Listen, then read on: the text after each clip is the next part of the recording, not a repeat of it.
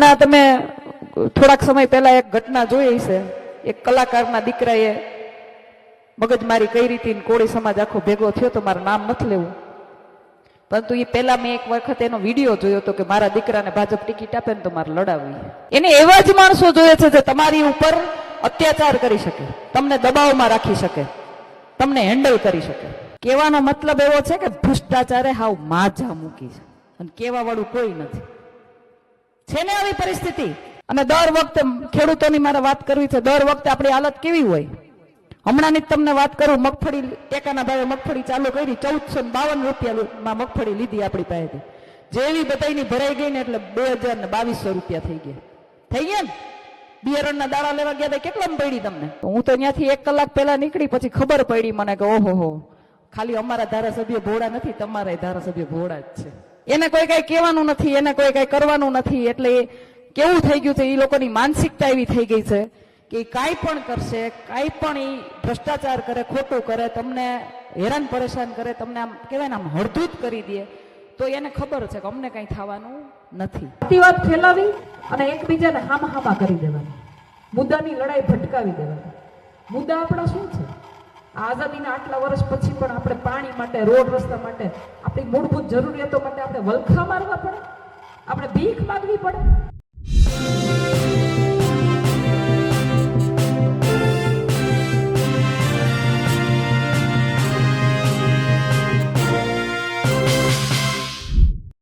ગુજરાતમાં સ્થાનિક સ્વરાજની ચૂંટણીઓ અને ચૂંટણીઓમાં પણ સૌરાષ્ટ્ર અને ગોંડલની રાજનીતિ કંઈક અલગ પ્રકારની છે. જિગીસા પટેલ અત્યારે ગોંડલમાં મોરચો સંભાળી રહ્યા છે. આમ આદમી પાર્ટીને મજબૂત કરી રહ્યા છે. મહિલા નેતા છે અને તેઓ પણ કહેવાય છે કે દબંગ નેતા છે. તેઓ હંમેશા જયરાજસિંહ જાડેજા, જે ભૂતપૂર્વ ધારાસભ્ય છે ને, અત્યારે તેમના પત્ની ગીતાબા જાડેજા, એમના પુત્ર જે છે એ ગણેશ જાડેજા, એ તમામ લોકો ચર્ચાનો વિષય હોય છે. તેમના માટે આરોપ લાગે છે કે તેઓ પણ દબંગ છે, એન્ટી સોશિયલ એલિમેન્ટ, તમામ વસ્તુઓ જે પણ આરોપ લાગતા હોય તમામ આ જાડેજા પરિવાર પર લાગતા હોય છે. ત્યારે ધોરાજીમાં સભા હતી અને ધોરાજીમાં પણ જિગીસા પટેલે આ પરિવારને ન છોડ્યું, એ પરિવાર ઉપર પણ આરોપ લગાવ્યા, સાથે જે ધારાસભ્ય છે તેમને વેણ એટલે કે ટોણું પણ માંડ્યું. મહત્વની વાત એ છે કે ભાજપના તમામ જે નેતાઓ 30 વર્ષથી અહીંયા જીતી રહ્યા છે, તેમને વિકાસ કેમ ન કર્યું, એ સવાલ પણ તેમને ઊભો કર્યો. નમસ્કાર, હું છું ચિંતામણી પુતનલ પટેલ. સ્વાગત છે આપનો અમારા વિશેષ કાર્યક્રમમાં. આવો સાંભળીએ ધોરાજીની આ સભામાં જિગીસા પટેલે ભાજપ ઉપર કેવા પ્રહારો કર્યા. હવે લાગે છે આમ જોશમાં બધાય. મારે સૌ પ્રથમ તો તમને બધાને સવાલ કરવા છે. એ સવાલના મને હાથ ઊંચા કરીને હા કે નામાં જવાબ આપજો. સરકારી અધિકારીઓ પાસે તમે જાઓ છો, તમારું સામાન્ય કામ હોય, થાય છે કોઈ દિવસ? મોટેથી બોલો, એ કોઈ નથી બીવાની જરૂર નથી. નથી થતું ને? કેટલા ધક્કા ખવડાવે ને? અને ઈ જ પાછા આમ ટેબલ નીચેથી જરા ખરકાવો તો કેવું ફટાફટ થાય. કહેવાનો મતલબ એવો છે કે ભ્રષ્ટાચારે હાવ માજા મૂકી છે અને કહેવા વાળું કોઈ નથી. છે ને આવી પરિસ્થિતિ. બીજો સવાલ મારે તમને એ કરવો છે, આ તમારા ગામનો આ રોડ રસ્તાની હાલત કેટલા સમયથી આવીને આવી છે? કંટાળી ગયા છો ને? આપણી પાસેથી ટેક્સ લે છે, રોડ દે છે, આપણને સુવિધા આપે છે. સારું શિક્ષણ જોતું હોય તો કે પ્રાઇવેટ સ્કૂલમાં વયા જાવ. હું કામ? તો કે ઉદ્યોગપતિઓની સ્કૂલ છે, ઉદ્યોગપતિઓને નફો તો કરાવો ને. સારું આરોગ્ય જોતું હોય તો કે મલ્ટી સ્પેશિયાલિસ્ટ હોસ્પિટલોમાં વયા જાવ. ઉદ્યોગપતિઓ હોસ્પિટલો ખોલી છે, સિવિલો બંધ કરી દીધી તમારી. અને જવાનું ક્યાં કે આપણને સારું આરોગ્ય જોતું હોય તો મોટી મોટી હોસ્પિટલોમાં. ગરીબોના નામે ને સામાન્ય માણસોના નામે, મજૂરોના નામે, ખેડૂતોના નામે આપણી પાસેથી વોટ લીધા. કેટલા વર્ષ લીધા? 30 વર્ષ લીધા ને. શું મળ્યું આપણને? શું આપ્યું? મોંઘવારી. અને દર વખતે ખેડૂતોની મારે વાત કરવી છે. દર વખતે આપણી હાલત કેવી હોય? હમણાંની તમને વાત કરું, મગફળી ટેકાના ભાવે મગફળી ચાલુ કરી, 1452 રૂપિયામાં મગફળી લીધી આપણી પાસેથી. જેવી બધાની ભરાઈ ગઈ ને એટલે 2200 રૂપિયા થઈ ગયા. થઈ ગયા ને? બિયારણના દાણા લેવા ગયા હતા, કેટલામાં પડી તમને? 2600 રૂપિયામાં. તો આપણે આવી સરકારને શું કરવી છે? કરવી છે હવે? આને લઈ આવવાના છો હવે? કહેજો તો અમે અમારી મહેનત એવી રીતે વધારીએ પાછી. થાકી ગયા ને? બીજા સવાલ મારે હજી ઘણા બધા કરવા. એ કે ખેડૂતોની આવક બમણી થાય.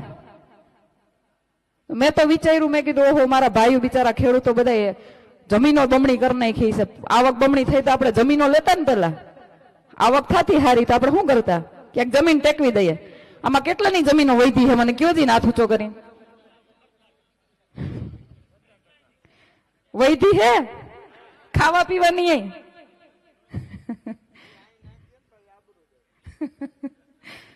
એટલે આપણી ખેડૂતોની હાલત આ લોકોએ હાવ એટલે હાવ કફોડી કરી નાખી, હાવ પાયમાલ કરી નાખ્યા છે. મજૂરોની હાલત એવી કરી નાખી છે. બરાબર, 15 લાખ રૂપિયા કેટલાના ખાતામાં આવ્યા? હાથ ઊંચા કરો જી. એમાં કઈ એમાં યુવાનો કેટલા બધા છે. મારે પૂછવું છે કે સરકારી નોકરીઓના વાયદા કર્યા હતા, કેટલાને મળી છે? હાથ ઊંચા કરો તો ખરા.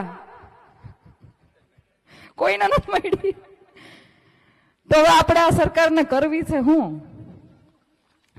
મને ભાઈનો ફોન આવ્યો, ધાર્મિક ભાઈનો, અને મને કીધું કે બેન તમારે અહીંયા આવવું પડશે. એટલે અમે સમય થોડોક ઓછો હતો, અમારે પણ ઘણી બધી સભાઓ મિટિંગો કરવાની હતી. એટલે મેં એવું વિચાર્યું, મેં કીધું કલાક પહેલા નીકળશું તો પહોંચી જાઉં. કારણ કે આ લોકોએ જાહેરાતો તો બહુ મોટી મોટી કરી છે કે અમે વિકાસ કર્યો. તો મેં કીધું રોડ રસ્તા હારા છે.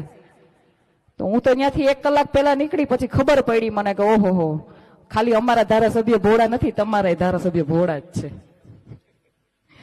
ઘરમાંથી બહાર નીકળે તો ખબર પડે ને, 2 વેત દરરોજ ચાલતા હોય બધા ભાજપનો પટ્ટો આમ ગળામાં નાખી. એને કોઈ કઈ કહેવાનું નથી, એને કોઈ કઈ કરવાનું નથી. એટલે કેવું થઈ ગયું છે, એ લોકોની માનસિકતા એવી થઈ ગઈ છે કે કાંઈ પણ કરશે, કાંઈ પણ એ ભ્રષ્ટાચાર કરે, ખોટું કરે, તમને હેરાન પરેશાન કરે, તમને આમ કહેવાય ને આમ હળધૂત કરી દે. તો એને ખબર છે કે અમને કઈ થવાનું નથી. અને ઈ લોકશાહીનું અનંત છે. અને કરવા કોણે દીધું છે? આપણે નથી બોલ્યા. અને હવે આપણે આ અવાજ ઉઠાવવો પડશે. ભારતીય જનતા પાર્ટીની જે નીતિ છે તમે બધા જાણો છો. અમે તો ઘણા બધા આંદોલનો કર્યા છે, એટલે મને ખબર છે. તમે એની પાસે તમારો હક કે અધિકાર લેવા જાઓ ને, બિચારા ગયા ને, એ થાકી ગયા બિચારા. પોલીસ તંત્રને આગળ કરીને તમને ભઠ્ઠા મરાવશે, તમારી ઉપર કેસ કરાવશે ને આંદોલન પથારી ફેરવી નાખશે. એટલે બીજા છે ને કોઈ આમ અવાજ ઉઠાવતા આવી છે ને, એ બધાને બીક લાગશે કે ખોટું ક્યાંય કે આમાં પડવું, કે ખોટા કેસ જ માથે લેવાના, આમાં મળતું તો કઈ નથી, આપણને ન્યાય તો મળતો નથી, શું કરવું? એટલે બિચારા બધા છાનામાના બેહી જાય ઘરે. આ એની નીતિ રહી છે. પરંતુ 30 વર્ષથી આપણે જે ભાજપને સહન કરીએ છીએ ને, એની સામે ક્યાંક ને ક્યાંક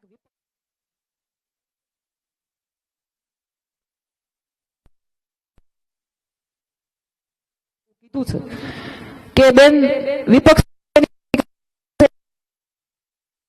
નથી. આમ આદમી પાર્ટી આવી છે ત્યારથી તમે બધાએ જોયું છે કે આપણા છોકરાઓ જે બધા છે ને, ગોપાલભાઈ ઇટાલિયા છે, પ્રવીણભાઈ રામ છે, બ્રિજરાજભાઈ સોલંકી છે, મનોજભાઈ સોરઠિયા છે, ઈસુદાનભાઈ ગઢવી છે, આ બધા લોકોને અને તમામ કાર્યકર્તાઓને પણ તમે જોયા છે સામાન્ય માણસ માટે અધિકારીઓ સાથે લડતા.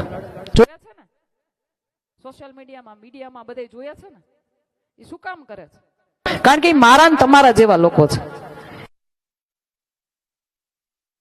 કામ થયા નહોતા, એને એ પીડા ખબર. એ તમારા કામ રોકે છે. શું કામ? ફલાણા ભાઈના કહેવાથી કરવા હાટું. અને તમને એમ થાય કે ફલાણા ભાઈ કીધું એટલે મારું કામ થઈ ગયું. આપણને એમ થાય કે આ બિચારાએ આપણું કામ કરી દીધું. આવી તો સ્ટ્રેટર્જી વાપરે. તમે વિચારો તો ખરા. છે ને બધી જગ્યાએ આવું. હું ગોંડલની અંદર ઘણી વખત બધાને વાત કરતી હોય ને ત્યારે કહેતી હોય કે તમારે અહીંયા એક જ જગ્યાએ ગુંડાગર્દી નથી, આખા ગુજરાતમાં આવું જ હાલે છે. આની એની એક નીતિ છે, આપણને દબાવીને રાખવાની. એવા જ લોકોને ટિકિટો આપે હે ને. હમણાં તમે થોડાક સમય પહેલા એક ઘટના જોઈ છે. એક કલાકારના દીકરાએ મગજમારી કઈ રીતે કોળી સમાજ આખો ભેગો થયો તો, મારું નામ નથી લેવું, પરંતુ એ પહેલા મેં એક વખત એનો વિડીયો જોયો હતો કે મારા દીકરાને ભાજપ ટિકિટ આપે ને તો મારે લડાવવી. પછી ભાજપ ટિકિટ ક્યારે આપે? તો કે કાંઈક 2-4 ગુના કર્યા હોય, કોકને દબાવવામાં સક્ષમતા હોય તો આપે. એટલે આ ઘટના બની ને, અને કેવું તરત ભાજપે એક્સેપ્ટ કરી લીધું કે હા હવે યોગ્ય છે. એને એવા જ માણસો જોઈએ છે જે તમારી ઉપર અત્યાચાર કરી શકે, તમને દબાવમાં રાખી શકે, તમને હેન્ડલ કરી શકે. એને એવા જ માણસો જોઈએ છે અને એવા જ માણસોને ટિકિટો આપી આપીને એ લોકો તમારી માથે બેસાડવા માંગે છે.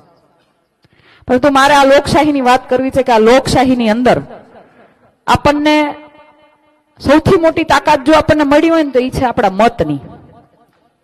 એ વડાપ્રધાન પાસે એક જ હોય, એ ધારાસભ્ય પાસે એક જ હોય, સાંસદ સભ્ય પાસે એક જ હોય અને આપણી પાસે એક જ હોય. એ કોઈને બે મતની તાકાત મળે નથી મળતી, એક જ મતની તાકાત હોય. અને એ એક એક મત ભેગા થઈ અને તમે સરકાર બનાવી પણ શકો અને સરકારને પાડી પણ શકો. એ તમારે નક્કી કરવાનું છે. અમારી જવાબદારી અમે સંપૂર્ણપણે નિભાવીએ છીએ. નિભાવીએ છીએ કે નહીં? નિભાવીએ છીએ ને. અમે ઘર બાર કામ ધંધો બધું જ મૂકીને લાગી પડ્યા છીએ આઝાદીની બીજી લડાઈમાં. અમે અમારી જવાબદારી સંપૂર્ણપણે નિભાવતા આવ્યા છીએ અને હજી પણ નિભાવશું. તમે કદાચ અમને જાકારો આપશો ને તો પણ નિભાવશું. પરંતુ તમારી જે જવાબદારી છે એ તમારે હવે બધાએ સાથે મળીને નિભાવવી પડશે.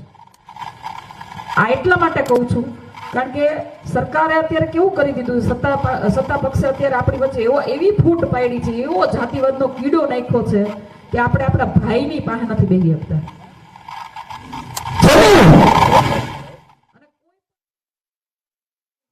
પાર્ટીના નેતાઓને કાર્યકર્તાઓને ક્યાંય તમે તમારા માટે લડતા જોઈએ છે, સામાન્ય માણસ માટે લડતા જોઈએ છે ને, એટલે સામે વાળો પાછો એમ કહેતો છે કે એ લોકો જાતિવાદ કરે.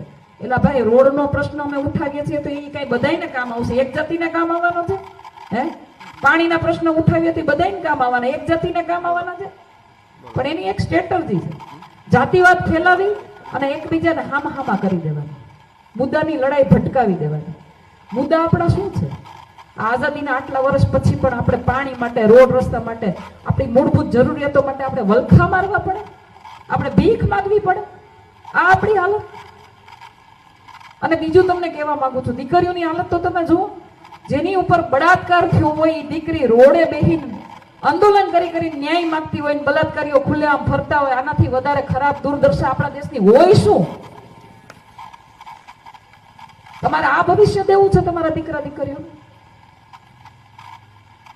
આપણી હાલત તો પાછી એવી થઈ ગઈ છે ગામડાના લોકોની. હું તમને કહું, ખેતીમાં કઈ વળતું નહોતું, ભાવ આવતા નહોતા, એટલે આપણા દીકરા દીકરીઓને સમજાવ્યા કે ભાઈ હવે આમાંથી તમે ક્યાંક શિક્ષા મેળવો, શિક્ષિત થાવ. કારણ કે આપણને કેટલી બધી સરકારી નોકરીઓ, યુવાનોને આગળ લઈ જવાના, 2-2 કરોડ રૂપિયા ભરી દેવાના, 15-15 લાખ રૂપિયા ખાતામાં નાખવાના, કેટલી બધી આપણને વાયદા કર્યા ને. તો આપણને એમ થયું કે ક્યાંક શિક્ષા મેળવશે તો ક્યાંક આને સારી નોકરી મળશે. એટલે આપણે એવું બધું કરી અને માંડ પૈસા ભેગા કરીને આપણા દીકરા દીકરીઓને મોકલા સિટીમાં. એ કે જાઓ ભણો, મોંઘીદાટ સ્કૂલોમાં કોલેજોમાં ભણાવ્યા. હવે અહીંયાથી ભણીને બહાર આવ્યા ને તો નોકરીઓ નથી છે અને અહીંયા ખેતી શીખા નથી. તો આપણી હવેની પેઢીને જવાનું ક્યાં? આ સમજવા જેવી બાબત છે. તમને અત્યારે એમ લાગશે કે બેન ખાલી બોલીને વળ્યા ગયા, પણ નહીં. આના 15 વર્ષ પછીની તમે જે પરિસ્થિતિનું વિચાર પણ કરશો ને તો તમને એમ થાય કે આપણા છોકરાઓ કરશે શું? અને એ 15 વર્ષ પછી જો પછતાવું ન હોય ને તો આજે તમારે નિર્ણય લેવો પડશે.